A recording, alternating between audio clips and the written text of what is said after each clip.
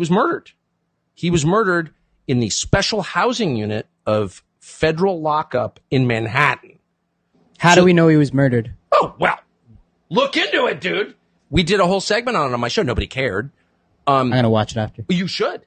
It's beyond belief. And I'm very skeptical of any kind of conspiracy theory or whatever. Why don't more people go after this, though? We know that he was murdered because, well, for one thing, a friend of mine is one of the people who last talked to him on the phone the day he was killed.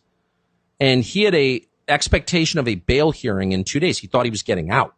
He was not despondent at all. I talked to his lawyer, told me the same thing. They moved someone out of his cell. They put two people, one of whom was not even a full-time prison guard, on duty. None of the cameras trained on the cell worked. They were all out of it that night. They locked the front of the special housing unit that had 8 cells in it, but then they opened all the cells inside. So who was it? So I asked a really simple question, the Bureau of Prisons.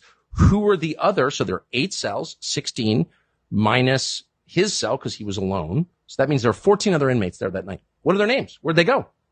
Some of them are transferred out right after. Who were these people? Can't tell you that. Really? You can't tell me that? Well, on the basis of what? Because some inmate at a federal prison's privacy concerns, like Trump telling, what are you even talking about?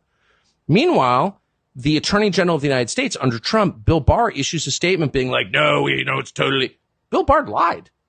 There's no question that Bill Barr, well, he clearly suspected Epstein was murdered, but stopped the investigation into it. I went and read Bill Barr's book in which he explains all this, and it's like complete bullshit and transparent bullshit. So I have no idea why the Attorney General of the United States would be lying about this, but there's literally no question that he did. I know him. So Bill Barr's super nice guy. We reach out to Bill Barr like, hey, why don't you come on and explain why you lied about Jeffrey Epstein's